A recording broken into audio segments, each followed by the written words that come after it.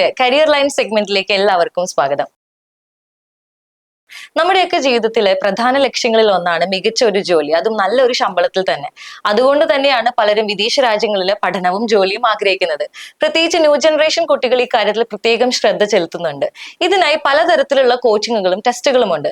അത്തരത്തിൽ വിദേശ രാജ്യങ്ങളിലെ പഠനവും ജോലിയും നിങ്ങൾ ആഗ്രഹിക്കുന്നുണ്ടെങ്കിൽ നിങ്ങൾക്കായി ഒരു മികച്ച ഗൈഡ് ലൈൻ കൂടെ ആവശ്യമാണ്.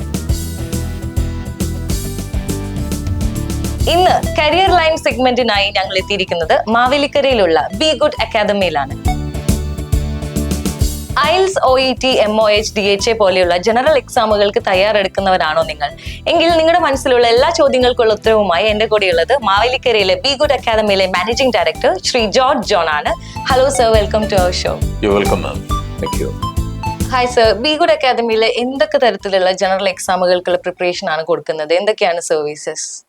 Without any boasting, I can say that this is a conglomerate. എന്ന് പറഞ്ഞാൽ ഒരുമാതിരി സ്റ്റുഡൻസിന് വിദേശത്തേക്ക് പോകാനുള്ള എല്ലാം ഇവിടെ ഉണ്ട്. We have started with English fluency, then we found a great need for IELTS, and then TOEFL, then PTE, then OET, and naturally so many courses for global exams for nurses. Okay, NCLEX-RN, DHA, HAD, Prometric, all these things, okay, MOH and all these things.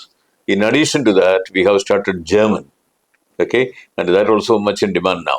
പലതരത്തിലുള്ള എക്സാമുകൾക്ക്, ഇതുപോലെയുള്ള general എക്സാമുകൾക്ക് prepare ചെയ്യുന്ന ഇൻസ്റ്റിറ്റ്യൂഷൻസിലൊക്കെ B ഗുഡിന്റെ books ഞാൻ കണ്ടിട്ടുണ്ട്, അവർ refer ചെയ്യുന്നത്. അപ്പൊ അതെങ്ങനെയാണ്? ആ book publish ചെയ്യുന്നതാണോ ഇവിടുന്ന്? നമ്മുടെ സ്റ്റുഡൻസിന്റെ മെയിൻ പ്രശ്നം എന്ന് പറഞ്ഞാൽ they can write well, they can read well, but they don't speak well. ഞങ്ങളുടെ ഇന്റർനാഷണൽ അല്ലെങ്കിൽ ഗ്ലോബൽ ഇംഗ്ലീഷ് എക്സാംസിന്റെ ഏറ്റവും പ്രധാനം listening, reading, writing, speaking. The very purpose of a language is to speak. Unfortunately that is not being served. Okay, so ഈ institute തുടങ്ങിയപ്പോഴാണ് ഇത്രയ്ക്ക് ബുദ്ധിമുട്ട് ജനങ്ങളുടെ ഇടയിൽ ഉണ്ടെന്ന് എനിക്ക് മനസ്സിലായി. I had been working in the Gulf from 1976 to 1996, exactly 20 years. Then I started everything. At that time, no books, nothing. Yes. Then slowly I developed some about 150 papers, different aspects of English language. Mainly I was focusing on all these 150 papers were focusing on how to enhance fluency. Okay, the techniques for fluency. People from different parts of Kerala were here. Okay, at that time only 5 or 6 institutes were there focusing on communicative English.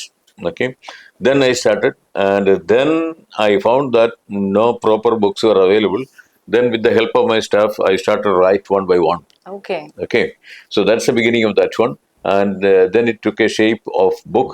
Then we started to publish, and then because of the success, I wrote another book, OET Writing Made Easy. Then came OET Speaking Made Easy. Now in the pipeline we have another book, OET Reading. Then PT is another one. So this is our 9th and 10th books. Now, so far we have published 8 books. That is the unique selling point we have. We have our own books.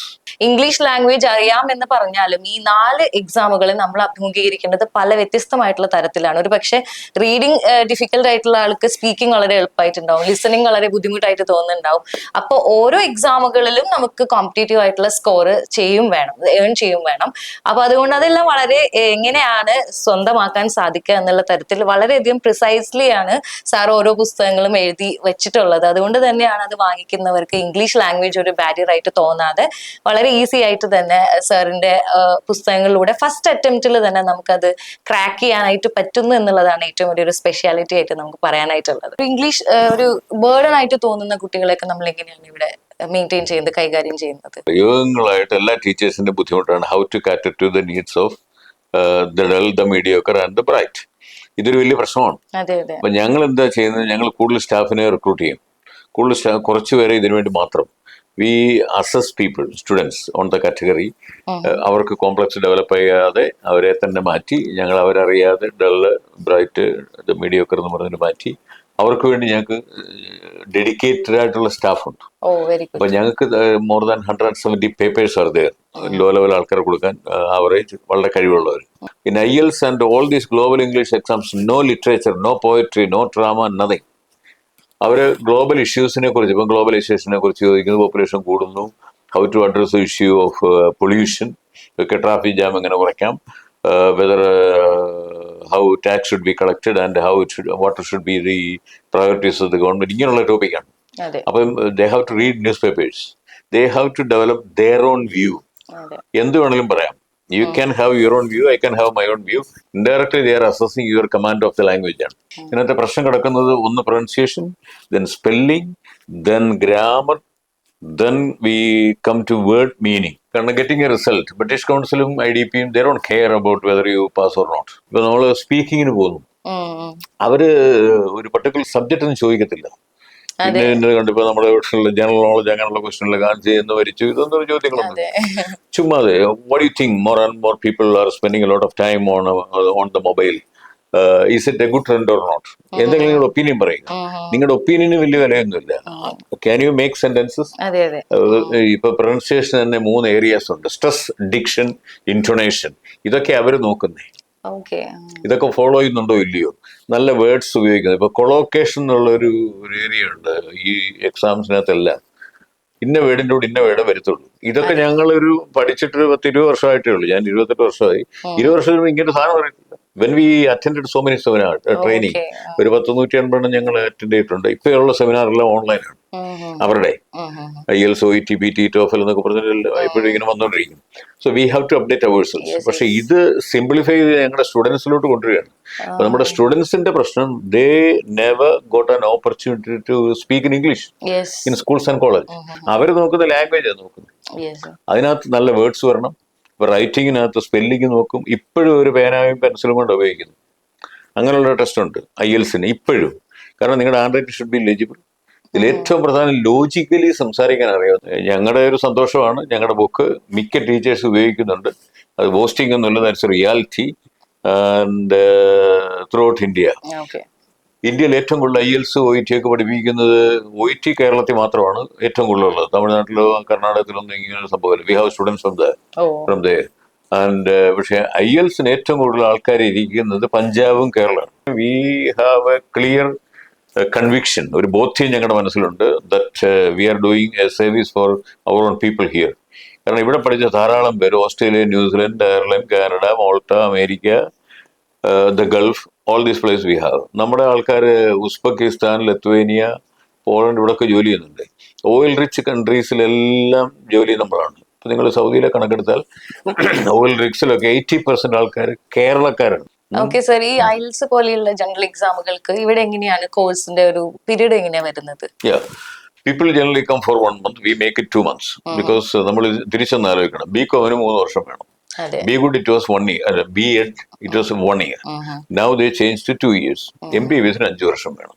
വക്കീൽ 5 വർഷം പഠിച്ചിട്ട് പിന്നെ ഒരു 5 വർഷമോ 3 വർഷമോ കഴിയാതെ 100 രൂപ കിട്ടത്തില്ല.